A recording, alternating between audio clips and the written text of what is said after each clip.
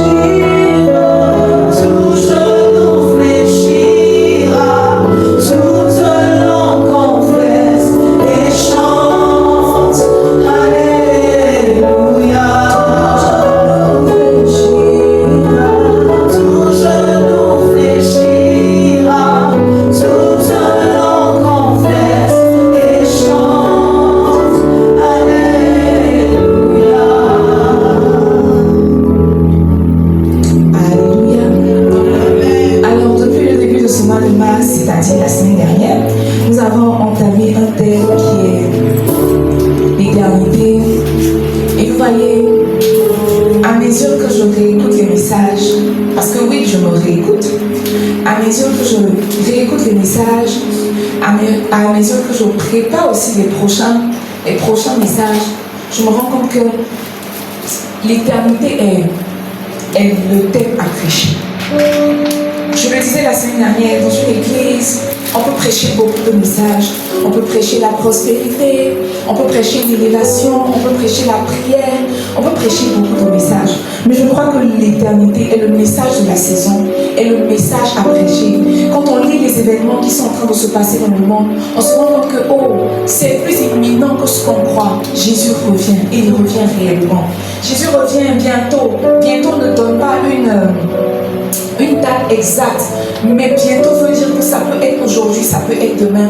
Et prêcher l'éternité, c'est une manière pour nous d'éveiller les consciences. C'est une manière pour nous de dire à quelqu'un, commence à manager tes pas, commence à manager ta vie, parce qu'il y a effectivement une vie après la mort, n'est-ce pas? Dis à ton frère l'éternité. L'éternité. Dis-le bien, l'éternité. L'éternité. Alors, vous faites deux destinations sauf. Deux destinations sauf à un homme lorsqu'il meurt. Avant, on croyait que la mort était la fin de la vie. Mais la semaine dernière, on a découvert que la mort est le début de quelque chose. Elle est le début d'une nouvelle vie. Maintenant, tu vois, l'éternité offre la possibilité à quelqu'un parce qu'elle a en son sein la vie éternelle et la mort éternelle. Et quand quelqu'un, après la mort, n'est-ce pas, est introduit dans l'éternité, il n'a pas le choix, mais il est confronté à deux réalités. Soit la mort éternelle en enfer, soit la vie éternelle, n'est-ce pas, au paradis. Et vous voyez, j'ai réalisé, j'ai constaté que ceux qui vivent dans la vie éternelle, sinon ceux qui vont au paradis, ont eu l'opportunité, sinon ceux qui vont en enfer, ont eu l'opportunité, comme ceux qui iront au paradis, d'aller au paradis, n'est-ce pas? C'est juste qu'ils ont choisi de vivre l'enfer. Dis à ton frère, ils ont choisi de vivre l'enfer. Maintenant, laisse-moi te dire pourquoi ils ont choisi de vivre l'enfer. Donne-moi Deutéronome 19. La Bible dit, il dit, Deutéronome 30, pardon, verset 19, il dit, j'en prends aujourd'hui à témoin contre vous le ciel et la terre. C'est Dieu qui parle. Il dit, j'ai mis devant toi la vie et la mort, la bénédiction et la malédiction. Choisis la vie afin que tu vives, toi et ta postérité. Dieu met un chemin devant nous, Dieu met deux voies devant nous. Il dit, j'ai mis devant toi deux chemins, c'est ça, la vie et la mort, la bénédiction et la malédiction. Maintenant, moi, en tant que Dieu, je te conseille de choisir la vie. Si tu choisis la vie, tu vivras. Tu vivras quoi? Tu vivras éternellement. Tu vivras dans mon sein. Mais si tu choisis la mort, tu ne vivras pas, n'est-ce pas? Tu iras dans la mort éternelle. Donc tu vois, ceux qui choisissent, ceux qui vont en enfer, ont choisi d'aller en enfer. Et ceux qui vont au paradis ont choisi d'aller au paradis. Je veux que tu demandes à ton voisin, c'est quoi ton choix? Ton voisin dit quoi? Ton voisin dit quoi? Il dit quoi? Il va aller au paradis. Il a choisi le paradis. Ah, nous-mêmes on a choisi le paradis. Maintenant demande-lui, est-ce que le paradis t'a choisi? Question. Tu as choisi le paradis, mais est-ce que le paradis t'a choisi? Parce que oui, le paradis choisit ceux qui l'abritent et l'enfer choisit aussi ceux qui l'abritent. Tu peux choisir le paradis, mais si tu n'es pas en train de faire les choses pour aller au paradis, tu n'iras pas au paradis. Et je le disais la semaine dernière, il n'est pas question de se priver de la vie. Il est vraiment question de vivre sa vie. Mais vivre sa vie, ce n'est pas la gaspiller.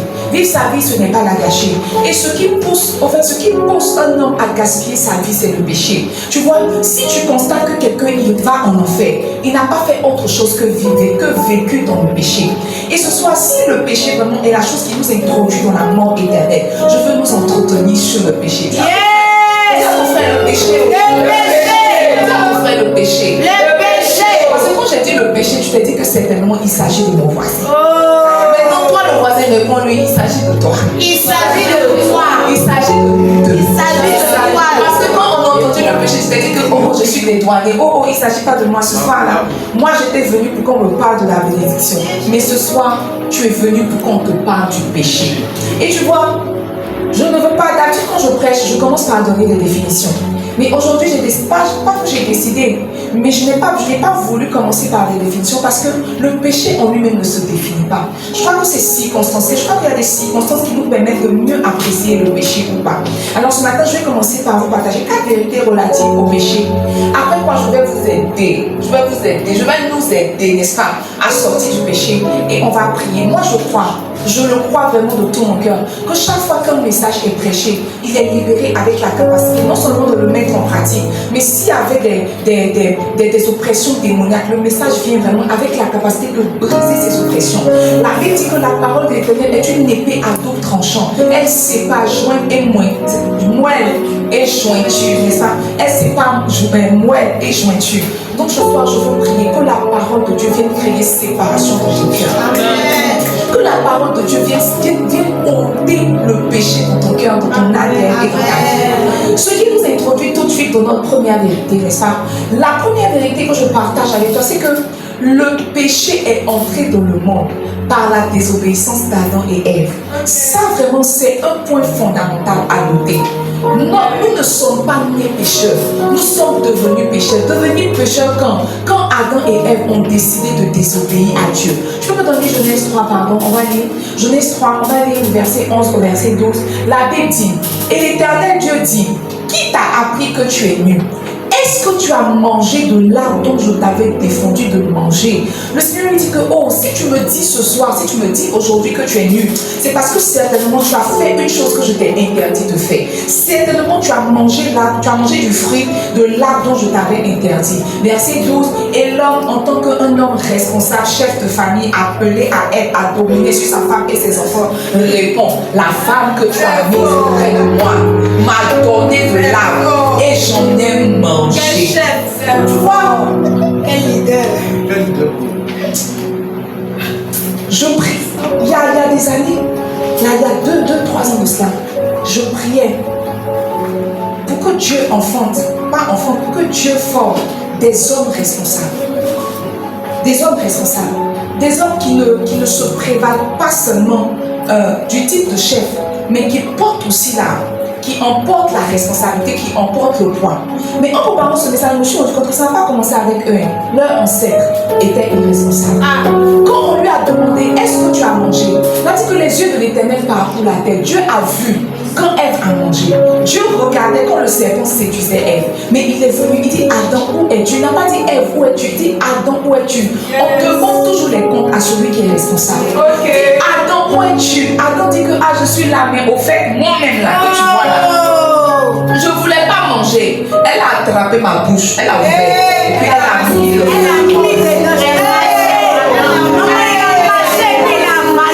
Elle a mis le fruit dedans. Donc c'est moi, mais c'est pas trop moi. C'est moi et ma femme. C'est moi et ma femme. Je veux prier si tu es un homme, que Dieu te donne le cœur de la responsabilité.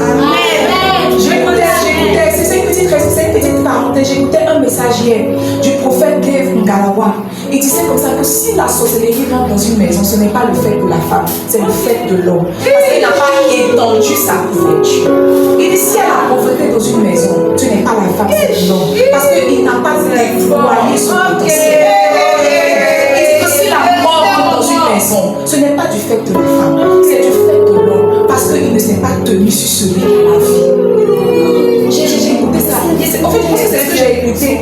Je pense que c'est ce que j'ai écouté avant de me coucher. Il dit oui, c'est de la respect. Et il disait comme ça. Parce que vous voyez, Hébreu dit qu'il est donné à un homme de vivre, de mourir une seule fois. Après quoi viendra le jugement. Et nous les chrétiens, on ne sera pas jugés pour aller en enfer. On sera jugés sur nos œuvres. Et il expliquait comme ça que tu vois, Dieu va demander des comptes à chaque homme, des enfants qu'il leur a donnés, mais aussi de la femme qu'il leur a donnée. Il va leur demander des comptes. Et quand j'ai écouté ça, j'ai prié. J'ai demandé la grâce de Dieu parce que moi aussi j'ai un fils. Et j'ai dit, Seigneur, aide-moi à éduquer mon fils afin qu'il soit un homme responsable. Afin qu'il soit un homme responsable. Afin qu'il soit un homme responsable. Si tu es un homme ici, que Dieu fasse rentrer dans ton cœur la responsabilité de Jésus. La responsabilité de Jésus. Amen. Oui. Généralement en Afrique, même ce sont les femmes qui portent le poids de la spiritualité. Généralement en Afrique, ce sont les femmes qui vont à l'église. C'est nos moments qui nous ont traînés à l'église. Ce n'est pas nos papas. Ce sont nos moments qui nous ont traînés à l'église. On a de moins en moins d'hommes qui portent le poids de... En fait, ils se disent que porter le poids de la responsabilité, c'est donner à manger. Mais ça va au-delà. Ça va au-delà de donner à manger. Amen. C'était une parenthèse. Alors le péché... Amen. Le péché est entré dans le monde par la désobéissance de Adam et Ève. Et une chose que la désobéissance a fait, c'est que la désobéissance est venue créer séparation. C'est ça? Donc moi je laisse pas le verset 9. Il dit, Adam, où es-tu? Adam, où es-tu? Je peux donner le verset 9, pardon, de Genèse 3. Il dit, Adam, où es-tu? Mais l'Éternel Dieu appela l'homme. Lui dit, où es-tu? C'est comme si, parce qu'il y a eu désobéissance, une barrière s'est créée. Parce qu'il y a eu désobéissance, c'est comme si l'homme maintenant est séparé de Dieu. Donc tu vois, si tu veux donner une définition au péché, la première définition que tu devrais écrire, c'est que péché, c'est désobéir à Dieu. Péché, c'est désobéir à Dieu. Toutes les fois que Dieu te dit marche sur un pied, que tu marches sur deux pieds, tu as désobéi. Parce que quand on parle de mort éternelle et de vie éternelle, tu te dis que toi tu ne masturbes pas, tu ne forniques pas, mais tu vois, la désobéissance conduit en enfer. La désobéissance conduit en enfer. Parce que la désobéissance est un péché et le péché conduit en enfer. Donc l'un dans l'autre, si quelqu'un ne marche pas dans l'obéissance, il ira forcément en enfer. Donc la première définition, n'est-ce pas, qu'on peut donner au péché, c'est que le péché c'est désobéir à Dieu. Dis à ton frère, péché c'est désobéir à Dieu. Péché c'est désobéir à Dieu. Et tu vois, c'est comme si le péché met une séparation.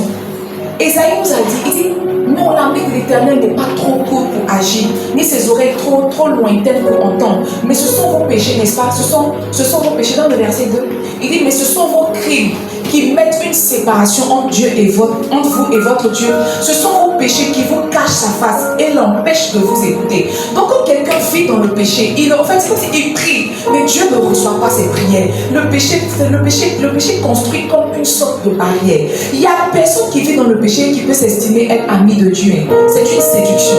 Esaïe nous a dit que vos crimes, nos péchés créent séparation entre Dieu et nous. Et si tu es ici, que tu vis dans le péché, que tu vis dans la masturbation, dans la fornication, dans le vol, dans les pensées impies, si tu fais toutes ces choses-là, en réalité tu pries, ta voix sort, ta salive se gaspille, mais Dieu n'entend pas.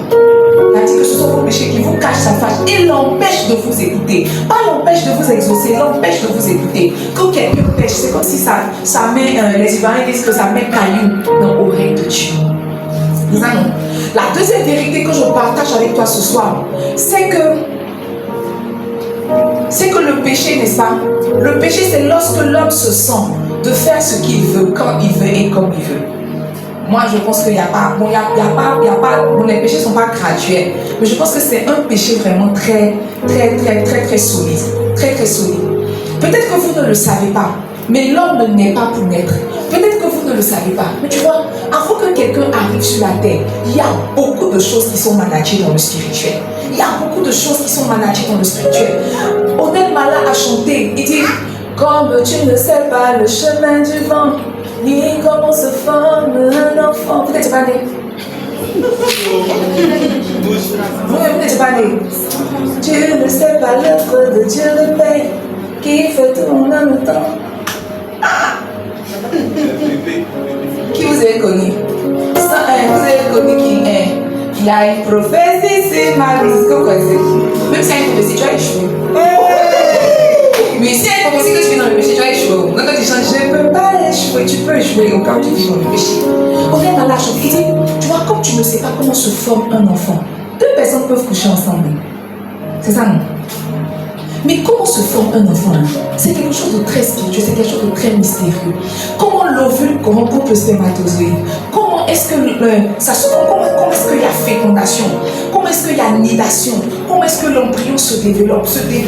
Et on voit, on dit touche mon ventre, mon enfant bouge, touche mon ventre, mon enfant bouge. Toutes ces choses-là, c'est vraiment quelque chose. En fait, c'est vraiment quelque chose de très spirituel. La matérialisation, c'est quand après 9 mois, on dit qu'elle a donné naissance à un garçon. Mais avant, il y a quelque chose de très spirituel. Et vous voyez, moi je crois que c'est pas parce que deux personnes couchent ensemble qu'elles ont un enfant. Elles ont un enfant parce que Dieu a décidé de leur donner un enfant. Elle va dire dans Genèse 4, elle dit, j'ai formé, lorsque Caïn l'a connu, la Bible dit qu'elle dit, j'ai formé un enfant. J'ai conçu, c'est ça, j'ai formé un enfant. J'ai formé un homme avec l'aide de l'Éternel, pas avec l'aide de Caïn. Caïn s'est couché sur moi, mais j'ai formé l'enfant avec l'aide de l'Éternel. Adam. Très fort. Caïn, excuse-moi.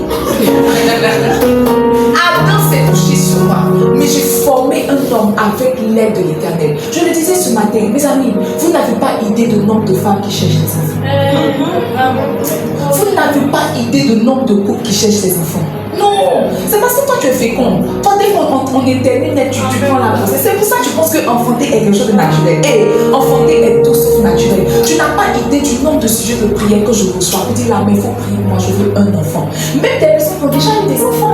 Et puis arrivé un moment, ça se bloque. Ça veut dire que c'est tout sauf quelque chose. C'est tout sauf une œuvre humaine. Parce que normalement, quelqu'un qui a déjà eu un enfant a fait ses preuves.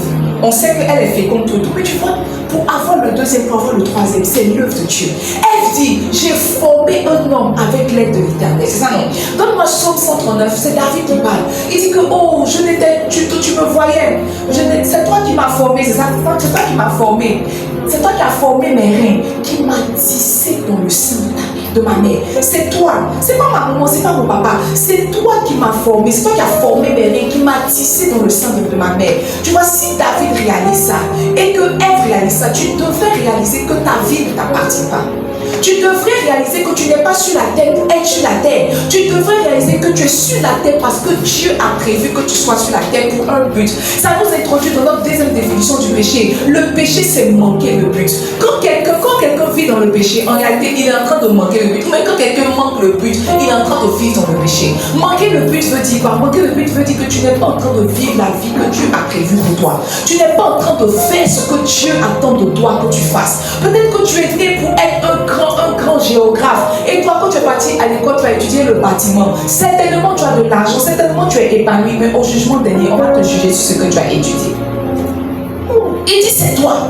C'est toi qui m'as formé dans le sein de ma mère. Il a dit à Jérémie, donne-moi Jérémie 1 verset 5. Il dit que avant que tu ne sois formé dans le sein de ta mère, je te connaissais. C'est ça, non?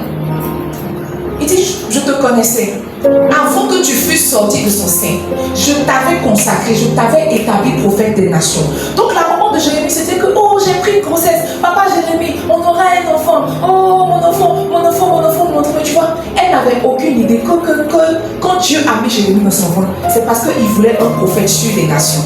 C'est parce qu'il voulait un prophète sur les nations. Mon ami, si tu n'es pas en train de vivre la vie que Dieu attend de toi, tu vis dans le péché. Et si tu n'y prends garde, tu iras en enfer à cause de ça. Je donnais l'exemple ce matin, quand j'ai regardé une vidéo en 2019 qui a changé ma mentalité, qui a changé le rythme que je pose, pas après pas. Je regardais la vidéo, c'était comme si ils ont mimé le jugement. Ils ont mimé le jugement. Et dans le Bible, c'est comme si la voix de l'Éternel résonnait. Il était sur son trône, mais sa voix résonnait. Et puis des personnes passaient pour être jugées. Et la première personne est venue, je crois que le monsieur était comptable ou bien pasteur, je ne me rappelle plus exactement, mais laissez-moi dire ça approximativement. C'est comme si le monsieur était comptable à l'église. Et quand il est venu, en tout cas c'était un bon chrétien. Il ne vivait pas dans le péché, c'était un bon chrétien. Mais sauf que quand il est venu pour le jugement, la voix a commencé à crier, a commencé à le mettre devant le fait que je t'avais envoyé sur la terre pour gagner les âmes. Voici les âmes que tu devais gagner, peut-être 10 000, peut-être 20 000. Et puis les âmes étaient derrière lui. Je t'avais envoyé pour toutes ces personnes-là. Qu'as-tu fait? Où sont tes œuvres? La voix criait comme ça. Où sont tes œuvres? Il dit, mais Seigneur, j'ai gardé l'argent de l'église fidèlement. J'étais fidèle. La voix criait, où sont tes œuvres? Où sont tes œuvres? Où sont tes œuvres? Le gars était pris de panique. On l'a mis vers le côté gauche, il n'y a pas la lumière. Tu sais automatiquement où il est parti.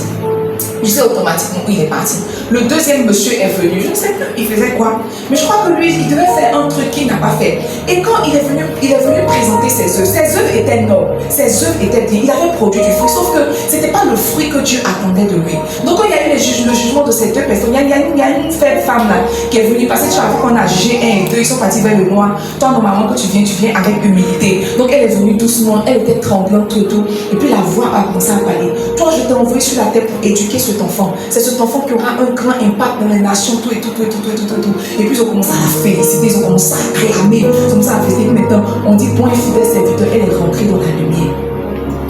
Elle est rentrée dans la lumière. Mes amis, quand je regardais ça, ça a changé mon mindset. Ça a changé ma manière de réfléchir. Ça a changé ma manière de penser. Ça a changé ma manière de voir. Ça veut dire que tu peux être productif, tu peux être en train de faire quelque chose qui marche. Mais ce n'est pas pour autant que c'est la volonté de Dieu pour toi. Regarde, Élisée était à sa 12e paire de bœuf quand il a été appelé au ministère prophétique. S'il a fait 1, 2, 3, ça veut dire que ça marchait. Il était arrivé à la 12e paire. Si Élie ne l'avait pas appelé. Il serait même peut-être à sa 35e paire. Il aurait pensé que c'était sa vie qui était là, alors que ce n'était pas sa vie. Quand quelqu'un manque le but, il vit dans le péché. Et on va le juger pour ça. Ça veut dire même que le péché n'est même plus au niveau, n'est pas seulement au niveau de fornication et autres. Le péché est beaucoup plus spirituel que ça.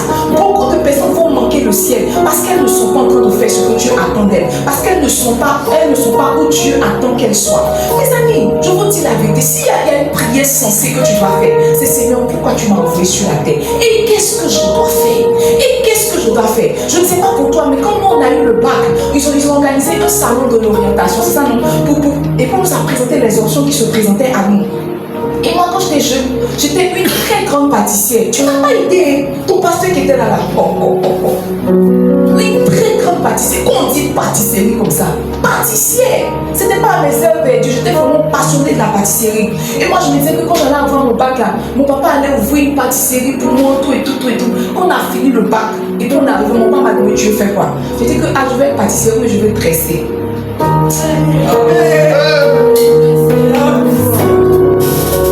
Merci à Jésus pour les parents. Parce qu'il y a une tata qui était revenue des États-Unis, elle a dit qu'elle va aux États-Unis, elle prestait là-bas, elle a l'argent. Comment il a entendu ça? Il dit qu'après mon bac, si mon père n'a pas ouvert ma pâtisserie, je vais partir chez ma tata là, on va tresser. Parce que moi aussi, je sais très bien tresser. Je sais très bien tresser. Que je vais partir aider ma tata là. Et pour ma vivre aux États-Unis, quand mon papa m'a demandé après le bac, tu fais pas, il dit que je vais faire pâtisserie, mais il est tressé. Mon père dit qu'il faut aller dormir, les démons vont parler. Les démons vont parler. Quand il est revenu, il a dit que bon, il a laissé tresser là, il fait pâtisserie. Il dit, ma fille. Il dit, ma fille, pardon. Il va payer ton four, les trucs de pâtisserie là, tu vas faire. Maintenant, tu vas partir à l'école là. Tu vas partir. Donc, il a dit d'accord. C'est comme ça qu'il m'a inscrit en marketing et puis je faisais la pâtisserie pour la passion. Mais vraiment, je dis merci à mon papa. Il m'a dit clair, il dit me brûler. Il dit merci à mon papa. Merci pour moi. Dites merci à mon papa. Dites merci à mon papa. Mais tu vois, il y avait quelqu'un pour m'orienter. Ça veut dire que je serais là en train d'être une grande pâtissière. Une pâtissière de renom, alors que Dieu m'attendait en train de prêcher l'évangile à Baba. Quand j'allais me demander où sont tes œuvres, où sont les Gégolia, où sont les Madame Aoussi, où sont tes œuvres. J'ai dit, mais tous les gâteaux que j'ai fait là. Et tous les gâteaux que tu n'as pas aimé, tu n'as pas aimé les dîmes que tu as reçus, tu n'as pas aimé. On dit, où sont tes œuvres? C'est vrai, on le dit, ça fait rire, mais tu dois faire très attention. Tu dois faire très attention à comment tu marches. Est-ce que tu es en train de faire ce que Dieu attend de toi? Beaucoup de personnes se laissent porter par le travail. Beaucoup de personnes se laissent porter par l'argent. Mais vous ne savez pas que en fait, tu ne seras pas jugé sur ton compte en banque. Tu seras jugé sur ce pourquoi Dieu t'a envoyé sur la terre. Oui, sur ce pourquoi Dieu t'a envoyé sur la terre. Madame Kofi a fait un songe la dernière fois. Un songe vraiment on lui a dit ce qu'elle doit devenir dans la vie. Il lui a dit. Mes amis, si elle n'est pas en train de devenir, elle va aller en enfer alors qu'elle était responsable des hôtesses. Comment on voit ça? Elle va aller en enfer alors qu'elle était responsable des hôtesses. Alors que moi, je connais Mme Kofi, elle n'a pas une double vie. À moins qu'elle ait une troisième vie que je ne vois pas. Mais elle n'a pas une double vie. Mais si elle manque le but, elle va aller en enfer. J'ai donné l'exemple de Mme Kofi. Pourquoi? Parce que tu es en train de te demander ce pourquoi Dieu t'a envoyé sur la terre. Si tu demandes, Dieu va te dire. Si tu demandes, Dieu va te dire. Si tu demandes, parce que tu vois, c'est un sujet trop sérieux pour que Dieu ne te réponde pas. Si tu lui demandes, Dieu va te dire. D'une manière ou d'une autre, Dieu va te dire. Dieu va te dire. Tiens ton frère, Dieu va te dire. Dieu va te dire. Donc péché, c'est manquer le but. C'est manquer le but pour lequel Dieu nous a envoyés sur la terre. La troisième vérité que je partage relative au péché, c'est que péché, n'est-ce pas, c'est se livrer aux œuvres de la chair. Et ça, c'est la définition, sinon, c'est ce qu'on sait plus couramment du péché. Péché, c'est se livrer aux œuvres de la chair. Et les œuvres de la chair ont été citées par l'apôtre Paul en Galates 5, à partir du verset 19. Il dit, oh, les œuvres de la chair sont manifestes. Il n'y a pas d'œuvre de la chair qui est cachée. Les œuvres de la chair sont manifestes. Il dit, oh, les œuvres de la chair sont manifestes. Ce sont l'impudicité. Laisse-moi t'expliquer l'impudicité. L'impudicité, c'est avoir des rapports sexuels hors mariage. Tu n'es pas marié, on n'a jamais mis bague sur ta main. Tu n'as jamais signé dans un registre d'état civil. On n'a jamais changé ton nom pour te donner un nouveau nom. Mais tous les soirs, ou bien chaque 2 jours, chaque 3 jours, tu lances tes reins, tu es impudique. Si Jésus vient te trouver, tu iras en enfer. Alléluia, alléluia. L'impureté. Et dans l'impudicité, je ne parle pas, parce que quand on parle d'impudicité, publicité de rapport sexuel, tu vois seulement la pénétration. Le plaisir, c'est pas forcément la pénétration. Embrasser, caresser, flirter. Tu fais ça, tu iras en enfer. Embrasser, caresser, flirter. Quelqu'un n'est pas ta femme, tu mets sa main dans ses cheveux, tu caresses un peu son cou. Tu dis, mais on n'est pas arrivé loin. Où vous avez commencé maintenant? Vous allez à l'enfer. L'impudicité. Dis à ton frère l'impudicité. Regarde le visage de ton voisin. Est-ce qu'ils ont même l'impudique? L'impudicité. L'impudicité. La deuxième œuvre de la chair qui est manifeste, c'est l'impureté. L'impurité, c'est tout ce qui est impur, n'est-ce pas? Pensée impure, parole impure, geste impur. Une fois, j'étais en train de méditer et je suis tombée sur le de la Bible dit que celui qui sait faire ce qui est bien et qui ne le fait pas pêche contre l'Éternel. Non, en tout cas. Celui qui sait faire ce qui est bien et qui ne le fait pas pêche contre l'Éternel.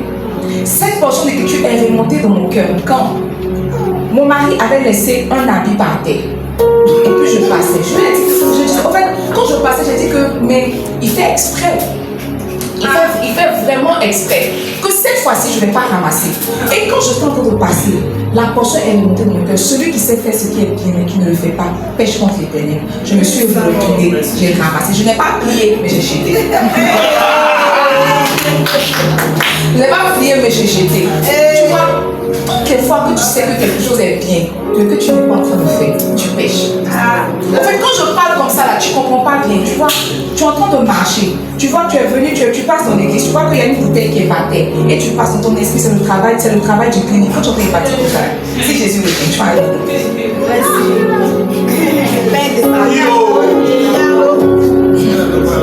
C'est une information. Mais ça fait rire. Mais c'est la vérité. Celui qui sait faire ce qui est bien, mais qui ne le fait pas, pêche contre l'Éternel. Et si tu pêches contre l'Éternel, que Jésus vienne, tu vas partir d'enfer. Ce n'est pas l'acte même qui te conduit en enfer. Sauf que l'acte là, ça introduit dans un péché. Et c'est le péché qui ouvre la porte à l'enfer. L'impureté, tu as là, tu as des pensées impures. Une fille en train de passer comme ça, hein. Toi, quand elle est en train de marcher, toi, tu l'as déjà. Elle est marchée. Toi, tu l'as déjà déshabillée. Elle a apporté son habit. Mais toi, tu as vu dans l'habit. Tu vois dans la vie. Elle marche comme ça, tu es là, en tout cas, tu es foyer. Tu marches dans la vie, tu ne vois pas ton habit, mais tu vois dans la vie déjà. Elle marche, tu vois ton habit, tu la regardes.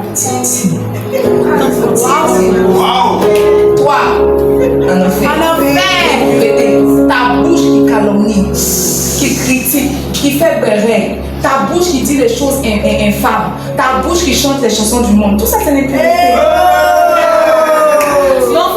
Je te montre danger.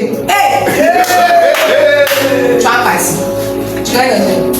Tu vas passer. La dissolution. Verset 20. Allons.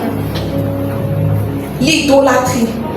L'idolâtrie, on parle d'idolâtrie lorsque quelque chose prend la place de Dieu dans ton cœur.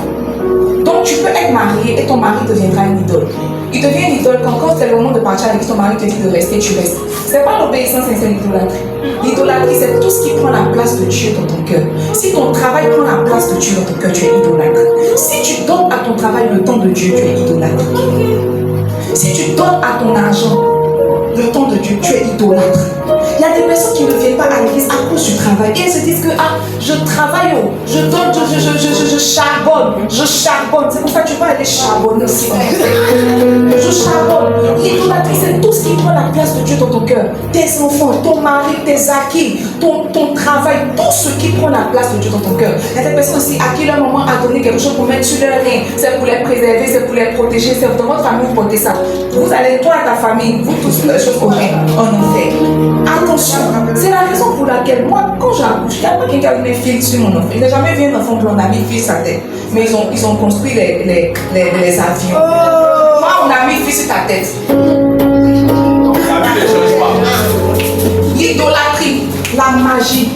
Vous aimez ça quand on fait les tours de magie, ça apparaît, ça disparaît. Tu dis waouh, les blancs, les noirs, ils sont forts. Vous, on en fait. La magie.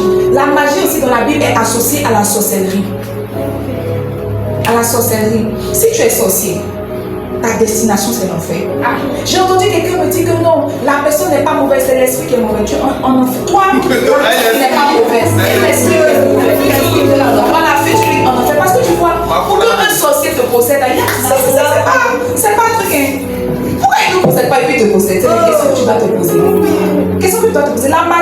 fait. Les inimités. Inimité, c'est le contraire d'antonyme de amitié. Vous étiez amis, vous n'êtes plus amis. Dieu ne comprend pas ça. Allez, on en fait. Ok. Quand tu sors d'ici, comment ça appeler tes ex-amis?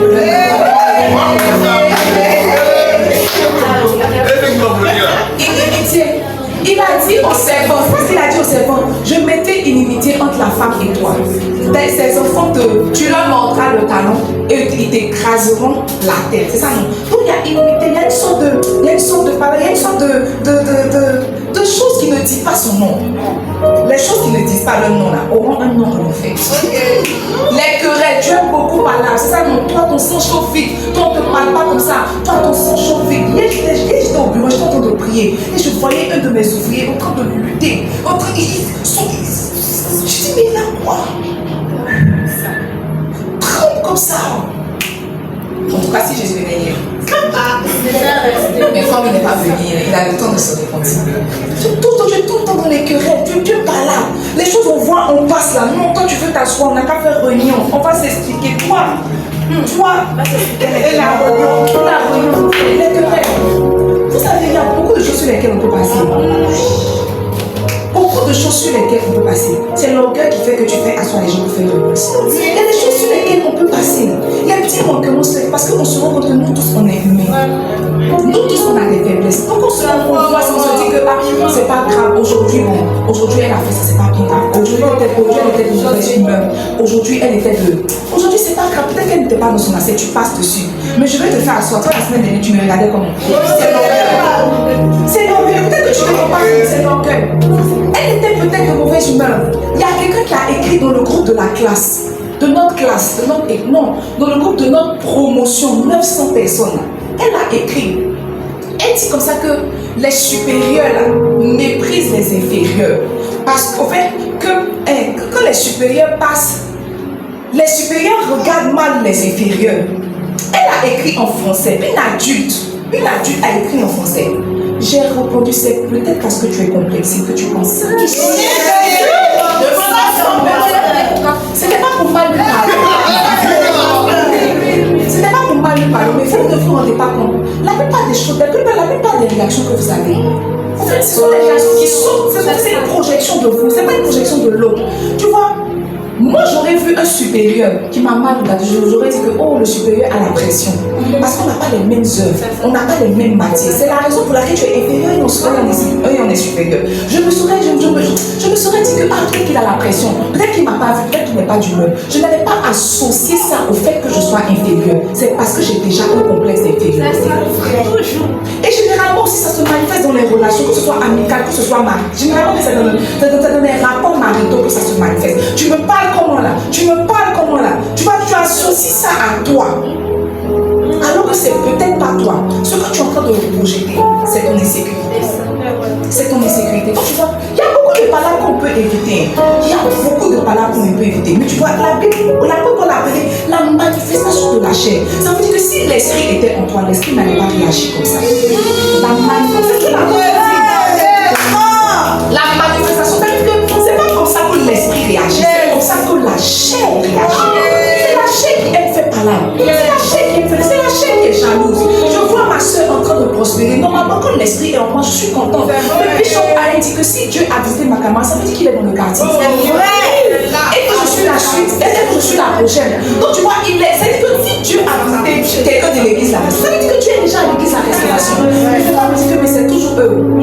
C'est toujours eux. C'est jamais moi. Tu vois, les pensées que tu as dit que le pasteur a des préférés. C'est une manifestation de la jalousie. Il y a une fois quelqu'un qui est venu me dire, mais pourquoi les gens rentrent dans mon bureau? Moi je ne rentre pas. Et je lui ai dit que mais tu vois, tous ceux qui rentrent là, tu les appelles. Il n'est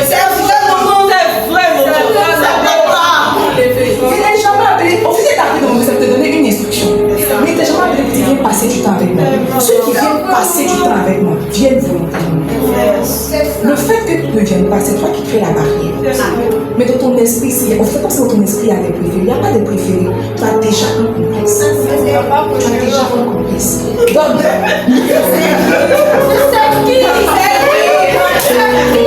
les jalousies.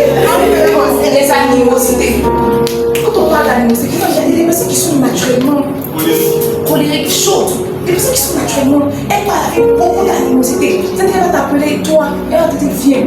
Je pense qu'il y a beaucoup de colère, beaucoup d'animosité dans leur relation. C'est une œuvre de la chair. Si vous ne faites pas attention, vous allez partir en enfer.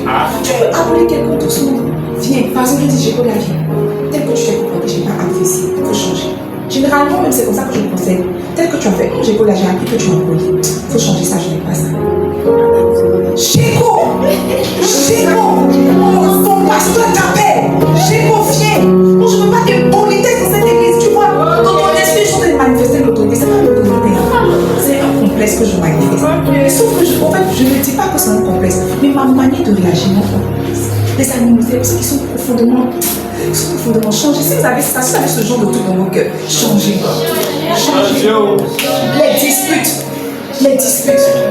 Peut-être que toi tu as juste eu une dispute avec ton ami, avec ton mari. Si vous devez vous dormir, si Jésus vient, vous allez partir en fait. Les disputes. Wow. On peut se parler, ne pas se comprendre et ne pas quand même être en animosité.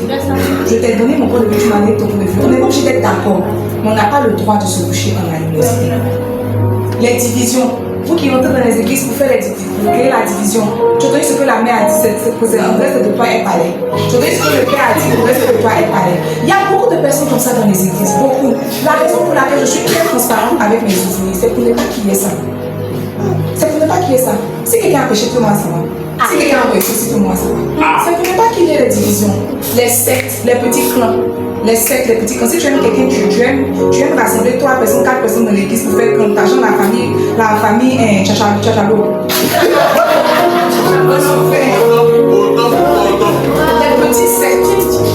Les petites sectes, c'est une chose que j'ai appris à ne pas apprécier. Parce que ça finit jamais bien. Ça finit jamais bien. Quand la Bible parle de l'église primitive, elle dit qu'ils étaient tous ensemble. Ils envoyaient leurs choses tous ensemble. Il n'y avait pas le groupe A, il n'y avait pas le groupe B, il n'y avait pas le groupe C. Ils étaient tous ensemble. Ce qui fait que tu ressens besoin de t'isoler avec 3 personnes. Genre toi, tu as des amis dans l'église, tu as ton clan dans l'église. C'est un esprit, mais tu te rends pas compte. La Bible dit que c'est une manifestation de la chair et ça ne vient pas de Dieu. Dieu ne crée pas des clans. Dieu ne crée pas des clans. La Bible dit que quand Jésus nous regarde, il nous regarde comme une nation. On est combien de nations? Il y a combien de nations sur la terre? Mais quand il nous regarde, il nous voit nous tous comme une nation. Et quand il nous voit encore, il ne nous voit pas nous, il voit une seule personne, Jésus. Ça fait que nous tous là, nous sommes rassemblés en une personne, Jésus. Tout ce que Dieu fait, c'est dans l'unité. Les petits trucs qu'on fait, on est à 3, on est à 4. Moi, je me sens plus à l'aise avec 3 personnes, 4 personnes. Mais c'est pas bon, c'est une secte. Et la Bible dit que c'est une œuvre de la chair. Si tu continues comme ça, tu vas aller en enfer. Tu continues comme ça, tu vas aller en enfer. Ce que je veux dire, c'est que ce n'est pas seulement la fornication, le mensonge, la masturbation qui envoie en enfer. C'est des choses qu'on considère petites. C'est des choses qu'on considère petites, c'est des choses qui sont subtiles. J'ai lu dans le prophète, dans le prophète, il dit qu'il y a 6 choses que l'Éternel, que l'Éternel est, 7 choses dont qu'il a en horreur. Dans les 7 choses, ils ont été nommés les pieds qui se précipitent pour aller entendre la querelle, béret. Tu peux me trouver la portion d'écriture? Je vous dis la vérité. Tu vois, l'apôtre Paul ne l'a pas cité comme une œuvre de la chair. Il a dit que Dieu est. On n'a pas dit que Dieu n'aime pas. Dieu est. Il a ça en horreur. Il a ça en horreur. 6 choses. La Bible a cité 6 choses précédées, puis on met une 7e. Quand j'ai lu, j'étais en train de faire le culte de maison avec à mes enfants. Quand on a dit, parce que quand il y a un bout dans le quartier, elle pète à la fenêtre. Elles sont pas seules, maman. Je dis vous, votre place est en enfer. Tu peux me trouver. C'est pour être comme 6, non? Proverbe 6, voilà, c'est où on parlait de la foule. C'est après ça qu'on parle de la foule. Mais je t'ai trouvé, il faut mettre. Mais je veux lire pour le peuple, c'est pour aider le peuple de Dieu. Proverbe 6, verset 16. Il y a 6 choses que est l'Éternel, et même 7 qu'il a en horreur. Verset 17. Les yeux ôtés. Toi qui aimes regarder les gens de haut. on dit qu'en est. Toi qui aimes regarder les gens de haut. Tu regardes les gens de haut. Tu as un petit complexe de supériorité. Tu te sens un peu plus supérieur à nous. Parce que tu as déjà fait que dans une église, c'était beaucoup plus climatisé. Et ici, tu nous regardes de haut. L'Éternel est ça. Parce qu'on a parlé sur La langue menteuse. Dieu aime le mensonge. Tu es où? Je suis à 2 mètres, je viens de te réveiller. Pour toi, c'est tout. Tu ne veux pas lui dire ça pour qu'il te voie comme quelqu'un qui n'est pas à l'heure. La petite éternelle, c'est pas que Dieu n'aime pas. Il a ça en horreur. La langue menteuse. Les mains qui répandent le sang innocent, vous les tueurs. Verset 18. Le cœur qui médite les projets iniques, tu es assis comme ça dans ton cœur, tu es en train de réfléchir comment tu as volé.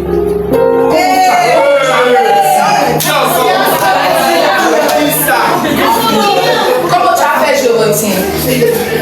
Le cœur qui médite les projets iniques. Quand ton projet n'est pas correct, tu es en train de méditer. Dieu est sur son trône, il te regarde, il a ça en horreur. Le cœur qui médite les projets iniques. Les pieds qui se hâtent de courir au mal. Tu cours. Quand tu entends qu'il y a le mal là-bas, tu as arrivé là-bas. Il y a des années n'aiment pas. Les faux témoins qui disent des mensonges. Tu étais là.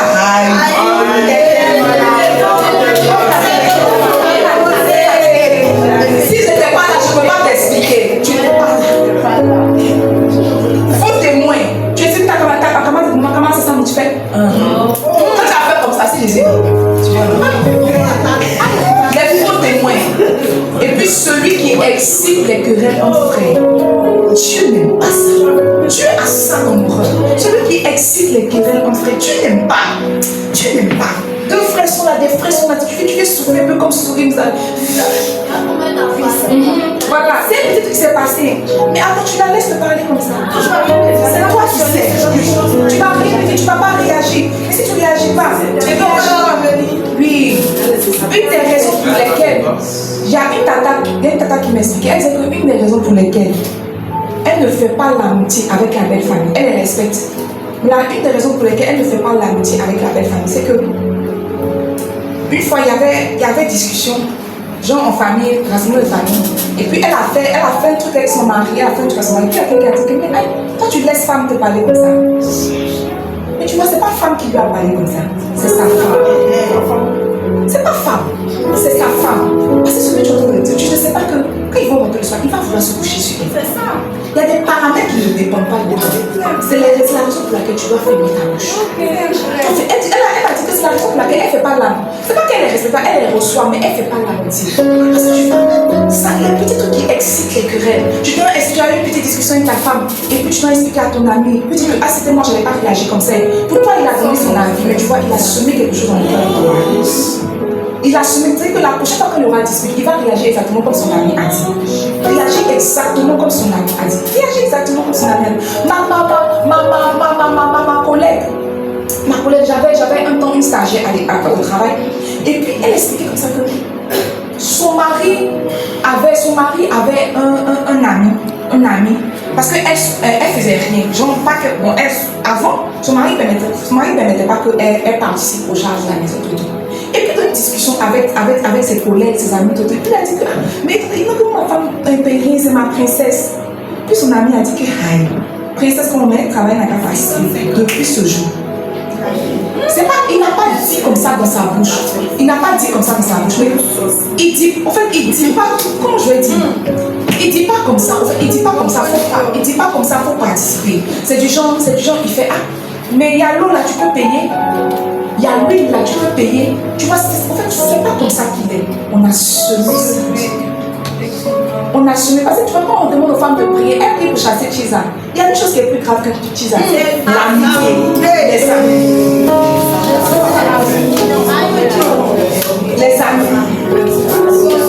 Les amis. Donc tu vois, ceux qui créent les querelles, Dieu a ça en nous. Tu as ça. Donc les œuvres de la chair, si tu es quelque chose, tu te reconnais de tout ce qui a été cité. Si tu n'y prends garde, si tu meurs, tu iras en enfer. Mais si Jésus vient après tu meurs, tu ne seras pas enlevé. Tu ne seras pas enlevé. C'était laquelle vérité? Je ne comprends pas, c'est mon temps. Mon Thomas, c'est mon vrai temps. Non, ça ne m'a pas dit.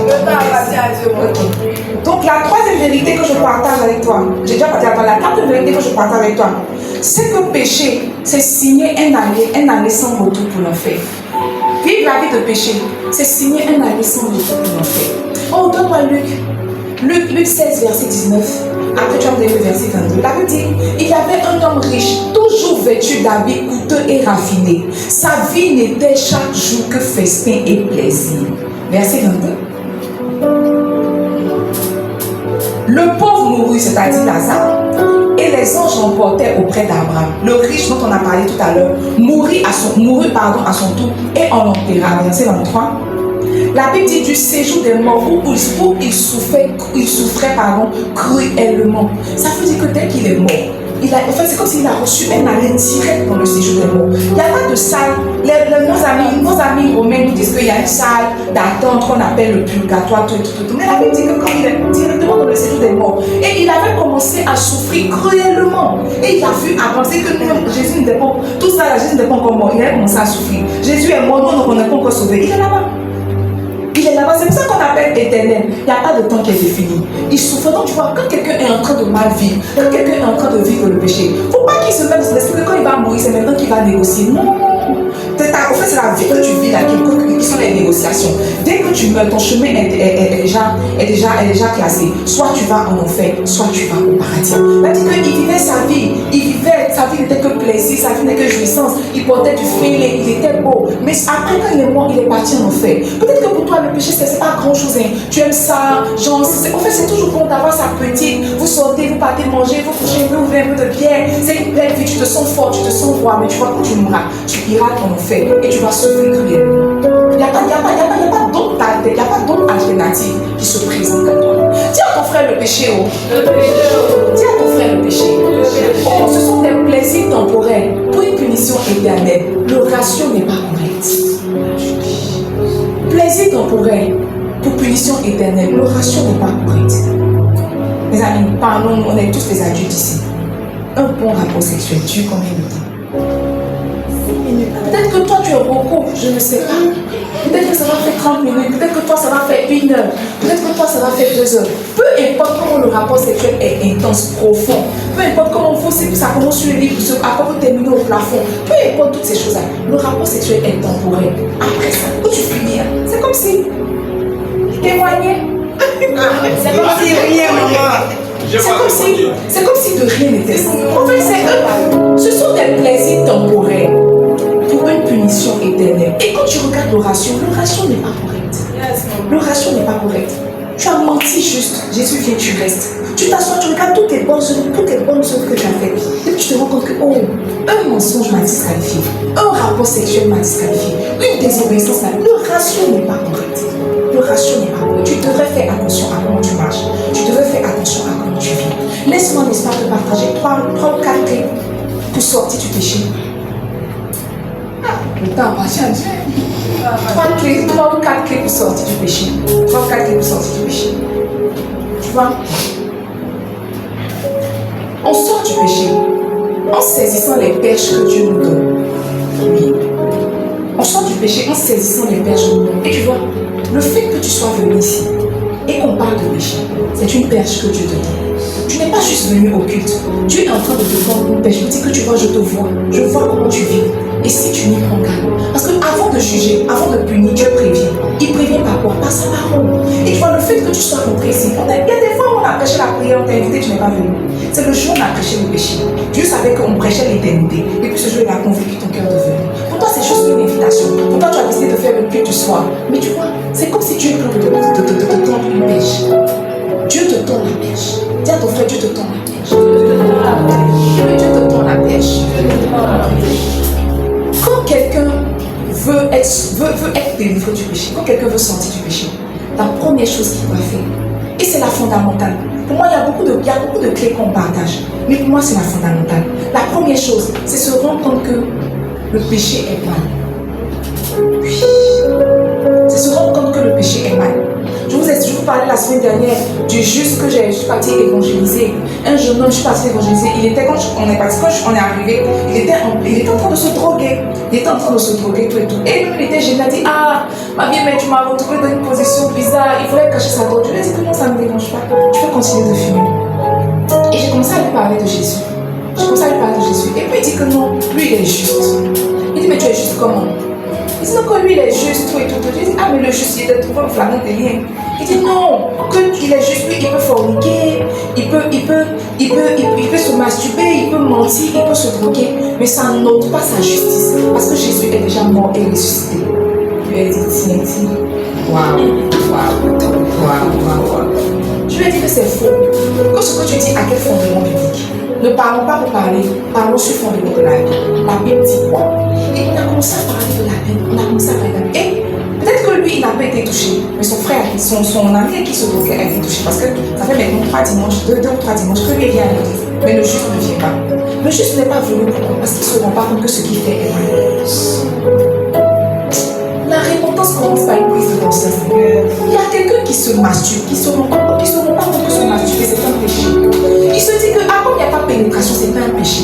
Donc tu vois, quand on cite la liste de ces péchés-là, lui il va partir au ciel. Mais il ne sait pas que ça, il va le faire comme ça. En fait, la repentance commence quand tu entres en toi-même. Le fils prodigue, la musique, le fils prodigue, donne-moi Luc 15. Ça dit que étant entré en lui-même. C'est ça non? Luc 15. Le fils prodigue, c'est Luc 15. Luc 15, verset 17. Là, il dit que étant entré en lui-même, le fils, il est parti, il a pris la richesse de son papa, il a gaspillé. Il a commencé à manger la nourriture des pauvres. Il a commencé à vivre dans la saleté. Et puis, arrivé un moment, il y a quelque chose qui fait tilt dans son esprit. Il dit, oh, je ne peux pas continuer de vivre comme ça. Parce que le plus petit des serviteurs, je ne parle, il mange mieux que moi. Je suis quand même en train de manger la nourriture des pauvres. Quand quelqu'un est en train de vivre dans le péché, il est en train de manger la nourriture des pauvres. Jésus a dit, je connais les projets que j'ai formés pour toi. Des projets de bonheur et non de malheur. Afin de te donner un avenir et de l'espérance. Dieu n'a pas prévu que tu manges la nourriture des pauvres. Dieu n'a pas prévu ça. Mais tu vois, c'est comme si quand tu vis dans le péché, tu te conditionnes à subir les affres de Satan. Là, si étant entré en lui-même, il se dit, arrivé au moment où tu vas entendre toi-même pour te dire que, oh, ça suffit, j'arrête. Ça suffit. Ce que je fais, c'est mal. Il y a quelqu'un qui ment, qui ne se rend pas compte que le mensonge, c'est un problème. Il se dit que, c'est les petits trucs là, c'est les petits trucs que tout le monde fait. Mais tu n'es pas tout le monde. Tout le monde fait, tu n'es pas tout le monde. Tout le monde fait, tu n'es pas tout le monde. Ma voisine, j'ai dit ma voisine de classe, elle dit sa maman est à la pizza. Sa maman a des montées de tension. Et je m'amuse avec elle, je dis, il faut la laisser le cœur de la femme là. Elle dit, ma camarade, c'est pourquoi elle a tension. Parce que elle dit qu'elle ne faut pas mourir avant de voir mon enfant. C'est un moment africain aussi. Que quand elle pense là, je suis en train de vieillir, je n'ai pas de mari, je n'ai pas d'enfant. Est-ce qu'elle va mourir avant de voir mon enfant? Donc quand elle pense à ça comme ça fait monter sa tension et on l'hospitalise. Elle dit, tes frères ont l'argent pour l'hospitaliser. Tes frères ont l'argent. Tu vois, il y a des pressions que tu n'es pas censé subir. Parce qu'un jour à la croix, Jésus a dit, tout est là. Peut-être que pour toi c'est une parole, mais c'est une déclaration. Il y a la déclaration universelle des droits de l'homme. C'est à partir de cette déclaration que les textes de loi ont commencé à être faits. C'est comme ça que Jésus a dit, tout est accompli. C'est la déclaration universelle de tous les univers. Tout est accompli. Pourquoi est-ce que tu vas patauger dans le péché? Pourquoi est-ce que tu vas être maîtresse d'un homme marié? Pourquoi? Tout est accompli. Ça veut dire que dans l'accomplissement, il y a ton mariage. Pourquoi tu vas aller voir les fétiches pour avoir un enfant? Quand tout est accompli, il y a ton enfantement. Tout est accompli. Il y a l'amour que tu veux, la vie que tu veux, il y a ça. L'argent que tu veux, il y a ça. Tu n'as pas besoin de brouter. Tout est accompli. La Bible dit qu'étant entré en lui-même, il se dit combien de mercenaires chez mon père ont du pain en abondance. Et moi ici, je meurs de faim. Tu dois te rendre compte que combien Jésus est mort, combien de personnes bénéficient de son sacrifice. Et puis moi encore, je vais rester esclave du péché. Je vais rester esclave du péché. Quand quelqu'un veut sortir du péché, il doit se rendre compte que péché c'est mal. Péché c'est vraiment mal. C'est vraiment mal. C'est vraiment mal. Et péché c'est très grave. Dis à ton frère, c'est très grave. C'est très grave. Oh, c'est très grave. Je veux prier ce soir que Dieu illumine les yeux de ton cœur. Que tu vois le péché tel qu'il est. J'étais en train de penser, est-ce que vous savez que si Satan n'avait pas maquillé le fruit, elle n'allait pas manger de manger. Le péché vient de manière subtile, c'est toujours maquillé. Si ça venait comme ça à découvert, personne n'allait vivre dans le péché. Mais ça commence toujours par quelque chose qui ne ressemble pas à ça. Le temps que tu ouvres tes yeux, tu es dedans. Tous ceux qui se droguent n'ont pas voulu se droguer. Ça a commencé par quelque chose. Le temps qu'ils ouvrent leurs yeux, ils sont dedans, ils n'arrivent pas à sortir. Le péché est toujours maquillé. Toujours. La deuxième clé, si quelqu'un veut sortir, n'est-ce pas, du péché, c'est de lutter de toutes ses forces. Donc dans Romains 18, verset 24, après Matthieu 11, c'est l'apôtre Paul qui parle. Romains 18, verset 24. L'apôtre Paul dit que, Ce qui est bon, je le sais, n'habite pas en moi. Oui. Je trouve que les chrétiens sont trop prétentieux. Moi, je suis pasteur, croyez-moi, je trouve que les chrétiens sont prétentieux.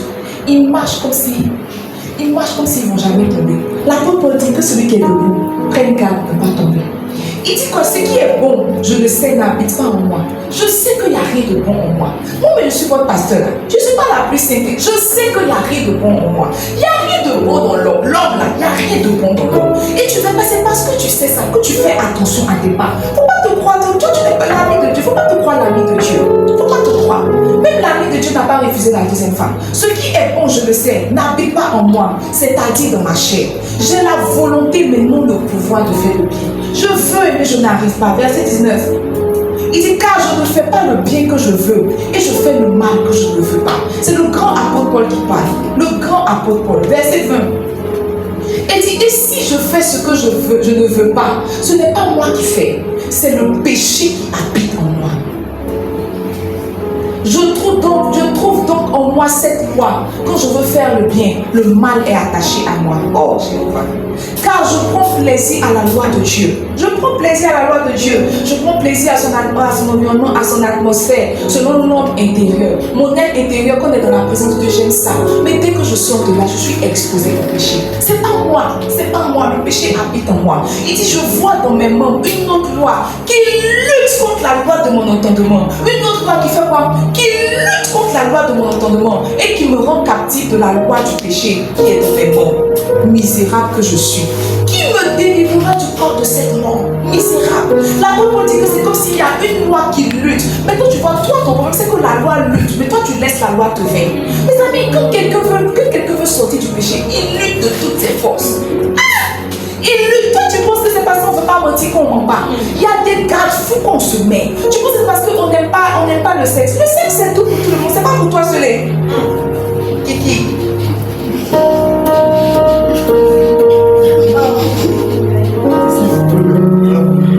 C'est tout pour tout le monde.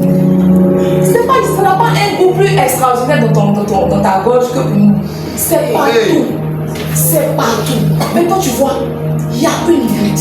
Le péché te dit, tu ne peux pas laisser le péché t'emporter. Quand le péché te dit, toi aussi dis le péché. Matthieu 11 dit quoi? La Bible dit que depuis le temps de Jean-Baptiste jusqu'à maintenant, depuis le temps de ton papa, depuis le temps de Jean-Baptiste. Jean-Baptiste est né avant Jésus.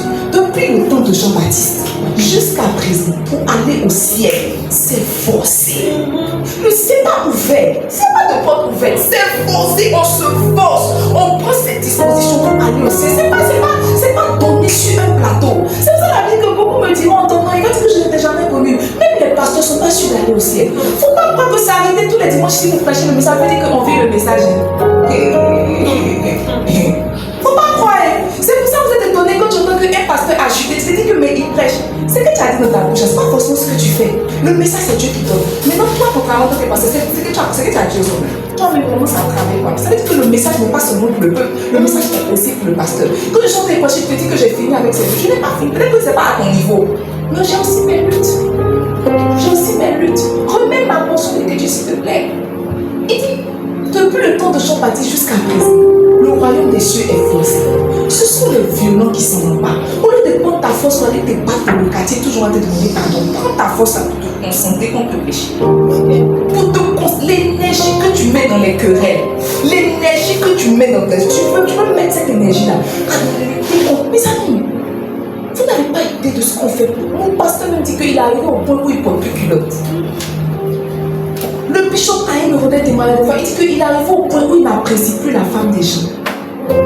Tu peux être marié, tu es sa bonne petite, tu es sa soeur, il n'apprécie pas. Les gens se mettent des garde-fous pour ne pas pécher. Toi, t'es vite, tu t'en vas. Vous mangez poulet, vous arrivez à l'hôtel, et puis là-bas, tu dis que je ne veux pas. Regarde comment tu es. Pardon. Viens où tu es. Toi, tu es parti, vous êtes arrivé. C'est là-bas maintenant tu fais comme si tu ne veux pas. Si tu ne voulais pas, et puis tu es rentré. Il dit 1 heure, tu es rentré. Que non, je pensais qu'on allait discuter. Tu as quel problème? Là, c'est moi. Tu as quel problème? Il y a des garde-fous qu'on se met. Il y a des discussions qu'on n'a pas avec quelqu'un qu'on n'est pas marié. Tu as porté quoi? Nuisette. Et toi? Nuiseau.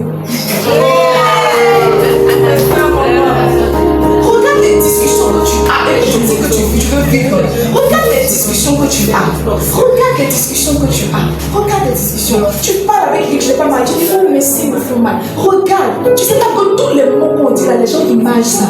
Ils vont imaginer. Tu sais, tu n'as pas de borne, tu n'as pas de garde-fou, tu n'as pas de borne. Tu n'as pas de borne. Tu marches chez lui, tu marches chez un gars. Et puis toi, tu mets ta main sur son épaule. Et puis vous marchez. Tu ne te gardes pas, tu ne te préserves pas. Tu ne te gardes pas, tu ne te préserves pas. Tout le monde rentre dans tes 3 mètres, tout le monde rentre dans tes 4 mètres. Mes amis, je suis chrétienne depuis assez longtemps. Quand je regarde des fiancés qui vont chuter ici.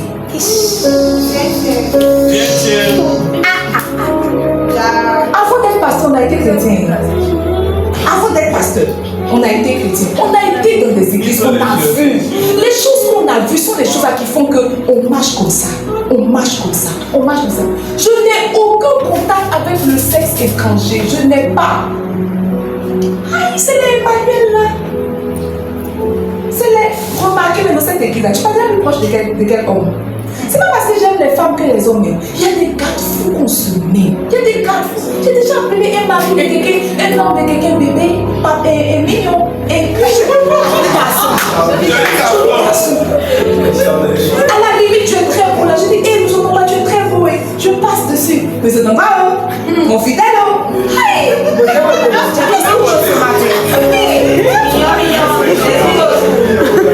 Ça fait rire, mais tu vois, tu n'as pas de borne.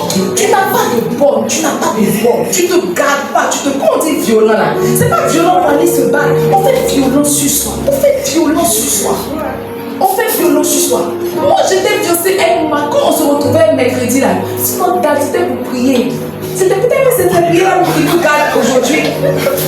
Peut-être que c'est cette prière-là qui nous garde aujourd'hui. Qui nous garde aujourd'hui.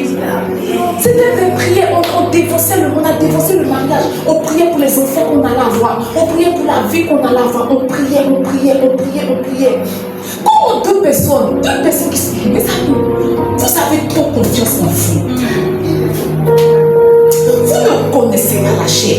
Vous ne connaissez pas l'homme. C'est pour ça que vous ne vous gardez pas. Vous ne connaissez pas la chair. Tous ceux qui ont chuté n'avaient pas prévu chuter. Et quand ils ouvrent les yeux, c'est fait. Ils ne savent pas. Parce que tu vois, on appelle Satan le serpent ici. Il est rusé. La Bible dit que l'animal le plus rusé. L'animal le plus. Il n'est pas que rusé. Il est le plus rusé. Le plus rusé. Le plus rusé. Le plus rusé. Le plus rusé. Moi, je viens à l'église. Je rentre comme souris. Je sors comme souris. Des fois, j'appelle Moussa, pardon, fais-moi dire quelque chose. Il dit, tu es là. Il dit, je suis là depuis hier. Je suis là depuis hier. Mais tu vois. Ah, Moussa, c'est là. Ah, Moussa, c'est prier. Tu vas prier. Quand il prie, c'est que Moussa, il rentre. Pourquoi on va se retrouver nous deux? Moi, je suis une jolie fille claire. C'est vrai, maman. Il peut dire, mais tiens, mon pasteur là. Je n'avais jamais vu comme ça. Mais tu vois, ce n'est pas lui. Le Satan est rusé. Satan est mauvais. Souvent, mais tu n'as pas d'intention. Et puis, il met ton regard sur quelque chose. Tu viens de regarder là. Pourtant, tu vas regarder comme ça te hante. Ça te hante jusqu'à ce que tu pratiques. Jusqu'à ce que tu pratiques. Si monsieur Amicha est ici, là-bas. S'il est là-bas, je suis ici. Regarde, toi, tu te gardes pas. Tu poses les gars. C'est comme mon bro. Tu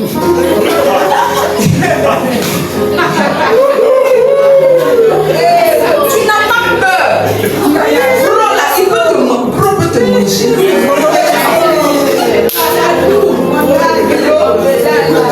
C'est mon frère en Christ. On est dans la même église. On a la même spirituelle. Regarde, mon pasteur a confié sa brebis au berger, à son berger. Le berger a mangé. Il n'a pas que mangé, il a croqué les os de la brebis. Si le berger peut manger de brebis, c'est pas Bro qui a laissé. C'est pas Bro qui a laissé. C'est pas Bro. Je parlais avec mon pasteur, lui disait que peut-être certainement les autres de mon église, souvent ils se sentent lésés, tout. Il dit, il m'a dit, ça a leur niveau. Oui, ça a leur niveau. Il faut te garder tant que tu peux, ça a leur niveau. Mon pasteur n'a pas de contact avec les femmes. Il n'a pas.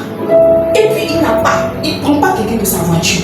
Les femmes qui servent à l'église, qui servent directement avec lui, il leur a dit, il ne veut plus qu'elle porte ton talon. Parce que quand elle marche, ça attire ses yeux sur les fesses. Il ne veut pas. Il veut mourir sain.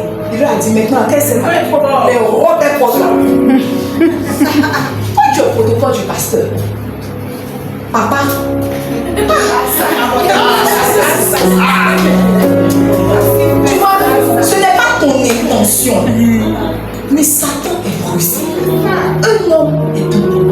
Il a dit, pour ceux qui servent autour de papa, ce sont des mamans, ce n'est pas des jeunes filles.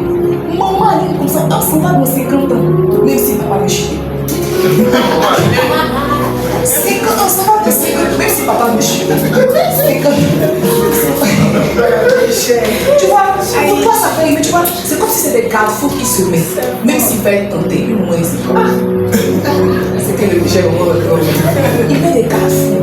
La dame qui fait à manger, qui ne peut pas s'en jouer ça. Maman Michou, quand tu vois Maman Michou, mais si ça sort sur papa là, il ne peut pas. Il n'y a pas de jeune fille qui sert avec lui. Audrey, la petite Audrey qui est célibataire, en tout cas. Non, elle est frêle comme ça. Elle est frêle comme ça. Quand tu vois qu'elle est elle pleure. Ils sont quatre des gens qui peuvent. Mais tu vois une jeune fille comme ça, bien bâtie. Elle est en santé, elle est bien. Ah que papa, je t'ai envoyé le thé. Vous ne vous préservez pas. Vous ne vous préservez pas. Vous ne vous préservez pas. À l'église, chez papa là-bas, quand deux personnes sont fiancées, on ne veut pas les voir ensemble. C'est faux, maman. Ils ne marchent pas ensemble. Ils ne posent pas. Ils ne se posent pas un message. On ne veut pas vous ensemble marcher. On ne veut pas. Non, vous ne marchez pas. Vous venez faire les coups de mariage. Si maintenant vous êtes pressé pour marier, accélérez les coups là. Vous faites vos coups là, nous allons marcher ensemble pour la vie. Marcher ensemble. En fait, on met des gaz. Ils mettent des gaz. C'est pas pour être méchant. C'est pour te protéger. Parce qu'il y a des témoignages. Tu vois, quand tu vois un pasteur réagir, c'est en fonction de ceux qui ont agi avant. Il y a des témoignages, des gens qu'on a laissés. Parce que, comme vous aimez là, ma chanson appris là, vous connaissez. Ils ont tout appris. Ils ont tout appris. Maintenant, on a mis faire lui pour dire que oui. Sinon, c'est après à se connaître là. Ils ont bien l'anatomie. Les amis, préservez-vous. Gardez-vous. Il y a des conversations que je n'ai pas avec les gens, même les femmes. Je n'ai pas. Parce que quand je vais comme ça, c'est quelqu'un de très tactile. Souvent, avant qu'on me touche, elle me touche. Je dis, mais attends, tu es venu. Il ne faut pas me toucher. Maintenant, elle a changé cette fille. Maman, je t'attrape. Je dis, mais qu'est-ce que tu as? Tu m'as attrapé pourquoi? Même les femmes, c'est pas quelque chose que j'apprécie beaucoup. C'est en fait, c'est des têtes. Je regarde. Toi, tu te gardes pas. Tu luttes pas contre le péché. On t'attrape, tu attrapes. On t'invite, tu t'en vas. Tu dis qu'il n'a jamais mangé, on n'a pas bien de la vie. C'est poulet, je n'ai jamais mangé. C'est ton restaurant, je n'ai pas dit. Ou je fais sortir mes filles. Si tu es sorti, viens la sortir. Mais sois une fille. C'est-à-dire ça. Sois une fille surtout. Je fais sortir mes filles. Je dis les filles, allons au restaurant. Sortons. C'est pas pour sortir. C'est pour que moi, je ne vais pas te dire allons se reposer. Quand on vient dans la maison, je viens prier un peu. Je t'examine. Alléluia. Amen. Ne pas finir en enfer, c'est une lutte quotidienne. Vous n'avez pas aidé. C'est une lutte quotidienne. Vous n'avez pas aidé. C'est une lutte quotidienne. Vous n'avez pas aidé. C'est une lutte quotidienne. C'est une lutte quotidienne. On fait devoir comme ça. Quelqu'un te voisin te dit que j'ai la réponse. Il dit mais tu sais que je suis pasteur. Il dit toi tu es pasteur et puis c'est tout. Mais il est pasteur. Il n'est pas pasteur. Tu es pasteur, maman. Mais dis même si j'échoue, je vais échouer 10 000. Mais je suis pasteur. Parce que tu vois, si j'ai mis mes yeux sur ton papier, demain, toi, tu auras du mal à m'appeler pasteur. Tu auras du mal à m'appeler pasteur. C'est qui fait qu'on arrive dans le quartier, qu'on dit qu'on est venu voir notre frère, c'est qu'on nous demande qui là. On nous demande qui, c'est parce que toi-même au quartier, tu fais ce que les parents font. Les amis, préservez-vous. Je prie Dieu pour que jamais mon nom ne soit cité par lui. Et c'est un sujet sérieux pour moi. Je prie Dieu pour ça. Quand on va parler de chute, mon nom ne sera pas cité. Toi, tu ne pries pas pour ça, tu pries pour l'argent. Tu sais pas que l'argent augmente tes chances de chute. La troisième clé pour sortir du péché. On sort du péché par la délivrance. C'est mon temps qui a coulé comme ça. On sort du péché par la délivrance, n'est-ce pas? Le fou de Gadara, pardon, comme Marc 5, on va lire Marc 5. On va lire l'histoire du fou de Gadara. Marc 5, 1 à 5. La Bible dit ils arrivaient de l'autre côté du lac, dans la région de Gézara, verset 2, où Jésus débarqua. Aussitôt sortant des tombeaux, un homme qui était sous l'emprise d'un esprit mauvais vint à sa rencontre. Verset 3. Il habitait dans les tombeaux et même avec une chaîne, personne ne pouvait plus le tenir attaché. Verset 4. Car on l'avait souvent enchaîné et on lui avait mis des fers aux pieds. Mais il cassait les chaînes et brisait les fers. Personne ne pouvait le maîtriser. Verset 5. Sans cesse, nuit et jour, il errait parmi les tombes et sur les montagnes en hurlant, se blessant contre les rochers. On peut lire la suite. Allons, verset 6. D'aussi loin qu'il vit Jésus, il accourut, se prosterna devant lui. Verset 7. Il cria de toutes ses forces, que me veux-tu, Jésus, Fils du Dieu très haut? Je t'en conjure au nom de Dieu, ne me tourmente pas. Verset 8. Car Jésus lui disait, esprit mauvais, sors de cet homme. Jésus lui demanda, quel est ton nom? Je m'appelle Légion, lui répondit-il, car nous sommes une multitude. Verset 10. Et il pria instamment Jésus de ne pas les renvoyer du pays. Donc les démons voulaient rester dans le pays. Verset 11. Or, il y avait par là sur la montagne un grand troupeau de porcs en train de paître. Les esprits mauvais suppliaient Jésus, envoie-nous dans ces porcs-codiaux pour que nous entrions en eux. Verset 13. Jésus le leur permit. Il sortit donc de l'homme et entrait dans les porcs. Aussitôt, le troupeau qui comptait environ 2000 bêtes s'élança du haut de la pente et se précipita dans le lac où elles se noyaient. Donc la Bible nous présente un tableau. Jésus arrive au bord du lac de Gézara et il voit il y a un homme qu'on appelle le fou de Gadara. Et le fou de Gadara, la Bible précise qu'il était animé d'un esprit. L'esprit faisait quoi? L'esprit le poussait à se dénuder. L'esprit le poussait à aller vivre dans les tombeaux, à aller vivre ça et là. Et tellement on ne pouvait pas le contenir parce qu'on avait essayé de l'enchaîner. On enchaînait ses pieds et ses mains, on n'arrivait pas à le contenir. Donc on l'a mis dans un lieu isolé. Et lui aussi il s'isolait. Et là, tu vois, quand Jésus est descendu, les démons ont commencé à s'agiter. On dit, Jésus, pourquoi tu me tourmentes? Et Jésus a chassé le démon. Jésus a chassé le démon. Sauf que ce n'était pas un démon, c'était une légion de démons. Et on voit au nom du troupeau qui est tombé qu'ils étaient environ 2000 personnes. C'est-à-dire qu'un corps humain peut abriter 2000 démons. 2000 démons. Mais la chose que je veux souligner, c'est que quand Jésus a fini de faire la délivrance du gars, le fou de Gadara a dit, Jésus, je veux te suivre. Jésus a dit que non. Repars dans ta maison annoncer l'évangile. Donc ça veut dire qu'il ne se comportait pas comme ça de lui-même. Il se comportait parce qu'il y avait en lui la présence d'un démon. Il y a beaucoup de péchés que les gens commettent qui ne sont pas de leur fait. C'est la présence d'un démon qui fait ça. Tu sais que c'est un esprit des eaux qui te pousse à te masturber. Ce n'est pas que tu aimes trop ton sexe, il y a un esprit des eaux qui te pousse à te masturber. Il y a un frère qui me rendait témoignage et souvent il est là. Et puis c'est comme s'il sent qu'on l'appelle pour aller se masturber. Et puis quand il arrive dans les toilettes, il prend son matériel, il se masque, il dit qu'il se masque correctement. Et puis c'est comme s'il est soulagé. Il dit quand il ne peut pas se masturber, quand il est couché, il y a quelqu'un qui vient se coucher avec lui, qui couche avec lui correctement. Et puis quand il se lève, le temps qu'il se rend compte, son lit est mouillé. Peut-être que tu vis cette situation et tu prends pour rire, ma femme de nuit elle est performante. Mon ami, ça fait tout souffrir. C'est un démon qui couche avec toi. C'est un démon qui couche avec toi. Ça ne te paraît pas bizarre que quelqu'un couche avec toi, mais tu ne touches pas son corps matériel. Il n'y a pas d'enveloppe physique, mais tu ressens le plaisir. Le démon t'a possédé. Et tu vois, tant qu'on ne chasse pas l'esprit, tu vas continuer de vivre dans le péché. Il y a des gens qui on a donné conseil, il faut arrêter, ils n'arrêtent pas. C'est pas parce qu'ils n'entendent pas, hein. C'est un démon, on ne donne pas conseil aux démons, on chasse les démons. Là, Jésus leur a dit sauter, ils sont sortis, ils se sont mis dans le troupeau est tombé de la falaise. Donc tu vois que quelqu'un veut sortir du péché, quand il a exploré la repentance, quand il a exploré toutes ses voies, et puis voit que le péché continue de persister là, sa prochaine étape, c'est de venir à la délivrance. C'est de venir à la délivrance. Maintenant, c'est comme si dans notre saison, la délivrance est devenue péjorative. Mais c'est faux, c'est pas péjoratif. Tu as un démon, on chasse le démon, tu reprends ta vie. Tu as un démon, on chasse le démon, tu reprends ta vie. C'est pas quelque chose qu'on doit condamner. C'est pas que peut-être que tu as pris le démon dans son rapport sexuel, peut-être que tu as pris le démon dans un lien de famille, peut-être qu'on ne sait pas comment tu as pris le démon. Mais s'il y a un démon dans ton corps, Jésus est mort et ressuscité. Et on chasse le démon au nom de Jésus. Le démon sort et quitte ton corps. Les vendredis, on est ici de minuit à 4 heures. Si tu sens que tu as des luttes à ce niveau-là, viens me voir. On va programmer ta délivrance, on va faire ta délivrance, tu seras libéré. Tu seras libéré. Est-ce que c'est normal de jouer avec son sexe? C'est pas normal. C'est un démon qui fait ça. C'est un démon qui fait ça. Ce soir, je veux déclarer, s'il y a un démon dans ta vie qui te pousse à vivre dans le péché, qu'il te libère au nom de Jésus. Qu'il te libère au nom de Jésus. Qu'il te libère au nom de Jésus. Et la dernière chose, quand quelqu'un veut sortir d'un péché, c'est qu'il doit confesser. Oui, il doit confesser. Les amis, tout ce que tu ne confesses pas se nourrit, grandit et s'affirme. Les choses qui sont cachées dans l'ombre tuent plus vite que celles qui sont vues à l'œil. Pourquoi le cancer est dangereux? Parce que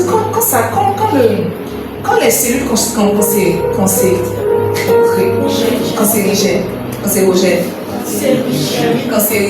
quand les cellules commencent à se déployer là, et que tu commences à faire la maladie, il y a longtemps que le cancer est là. C'est maintenant que tu vois les manifestations. C'est comme ça le péché. Tu vois, tu dois confesser le péché. Si tu forniques, tu dois dire que je fornique. Si tu te masturbes, tu dois dire. Maintenant, attention à qui tu dis. Voilà. Attention à qui tu dis. Tu dois dire. Il faut venir me voir, je suis ton pasteur. Moi, je suis tout sauf un pasteur en bateau. Oui, vous savez. Il y a beaucoup de choses que je sais, que même la personne qui est drôle ne sait pas. Oui, il faut dire. Il n'y a pas. Quand il me couche chez mon mari, vraiment vous êtes le dernier sujet. En tout cas, il n'est pas de mes fidèles. Il n'est pas de sa petite. Ah, tiens, tu te rappelles, Madame Kandé? Aujourd'hui, elle est en jour. Pardon d'être. Non, il n'y a pas ce genre de sujet. Moi, je vois si je n'en parle même pas avec mon mari. Avec qui j'en parle? Ma voisine, waouh, je vais te parler d'une de mes fidèles. Elle s'appelle Kandé. Voilà, tu vois.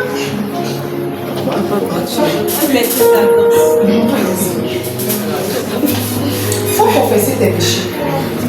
Faut confesser tes luttes. Si tu forniques, moi je suis la dernière personne qui va te juger. Si tu forniques là, faut venir me voir. Ou bien voir ton berger. Vois une sœur en qui tu as confiance et qui peut prier pour toi. Parce que c'est pas juste pour recevoir l'information, c'est pour aussi te porter en prière. Vois une sœur, ton berger, quelqu'un en qui tu as confiance. Tu dis que, oh, voilà ce par quoi je passe. Je me masturbe. Prie pour moi, aide-moi. Voilà ce que je vis. Parce que tu vois, une chose qui est exposée meurt facilement. Puis une chose qui est cachée. On te voit, tu viens à l'église, tu sais les départements, tu es zélé, tu te déploies. Moi, je me dis que, hé Seigneur, merci pour ce fidèle-là. Mais alors qu'il est en train de mourir, il est en train de mourir intérieurement. Parce qu'il y a un péché qui le consume. Mais il n'ose pas ouvrir sa bouche pour dire, sous peut-être qu'on va le juger.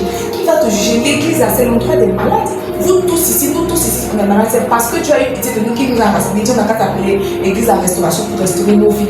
Notre hôpital s'appelle restauration. Les autres, leur hôpital s'appelle vase d'honneur. Les autres, leur hôpital s'appelle centre de la foi. Peu importe le nom de l'église est un hôpital. C'est l'hôpital où les âmes malades de Jésus viennent recevoir la guérison, prendre leur nouvelle vie en Jésus et aller impacter le monde.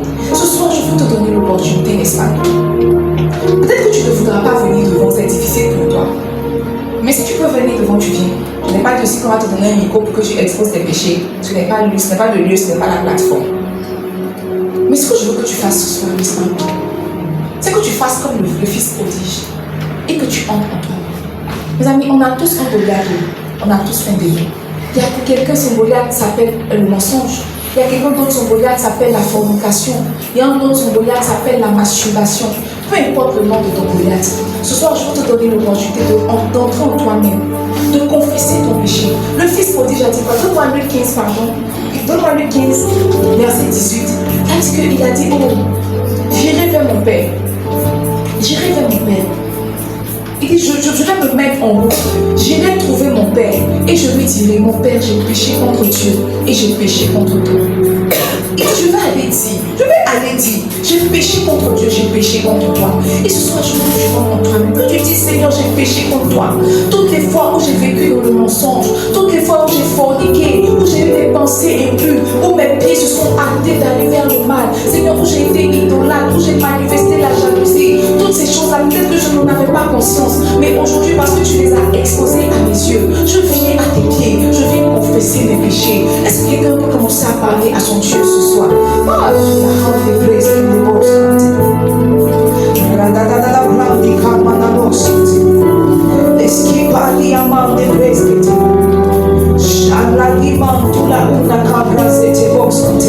Jésus te tend la perche ce soir et c'est l'opportunité pour toi de rentrer dans une repentance profonde, de dire à Jésus, je suis venu avec mes faiblesses, je reconnais être pécheur, je reconnais que je vis dans le péché, mais ce soir alors que je suis dans ta présence, aide-moi Jésus,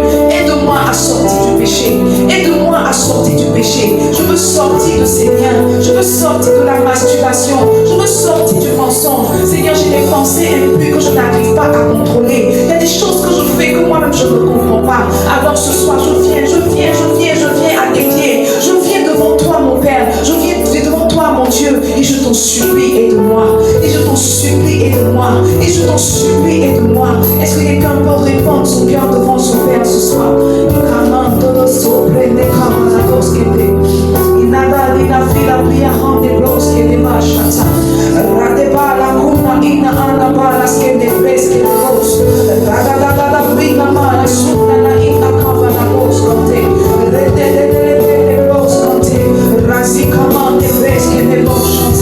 Seigneur, ton peuple vient à toi ce soir. Nous venons avec nos manquements, nous venons avec nos limites, nous venons avec nos faiblesses. Seigneur, nous venons à tes pieds. Nous, Seigneur, nous emboîtons le pas au Fils prodige. Et nous venons te dire, Seigneur, nous avons tout essayé. Nous avons essayé, mais nous n'avons pas pu nous sortir du péché. Nous luttons comme l'apôtre Paul, mais nous n'y arrivons pas. Alors ce soir, nous venons déposer notre vie à tes pieds. Je dis, venez à moi, vous qui êtes fatigués, déchargés. Je vous donnerai du repos. Je suis venu à toi ce soir. Donne-moi ton repos. Donne-moi ton joug et prends les miens. Donne-moi ton fardeau et prends les miens. Je suis fatigué de ces choses. Je suis fatigué de ces choses. Je suis fatigué de ces choses. Je suis fatigué de la drogue. Je suis fatigué de l'alcool. Je suis fatigué de la masturbation. Je suis fatigué du mensonge. Je suis fatigué de l'amertume. Je suis fatigué de toutes ces choses. Ce soir, je viens les déposer à tes pieds. Ce soir, je viens les déposer à tes pieds. Ce soir, je viens les déposer à tes pieds. S'il te plaît, Jésus, aie pitié de moi. S'il te plaît, Jésus, aie compassion de moi. Aie compassion de moi. Aie compassion de moi. Aie compassion de moi. Je viens avec mes péchés. Je viens avec mes fardeaux. S'il te plaît, décharge-moi. S'il te plaît, décharge-moi. S'il te plaît, décharge-moi. S'il te plaît, décharge-moi. S'il te plaît, Jésus.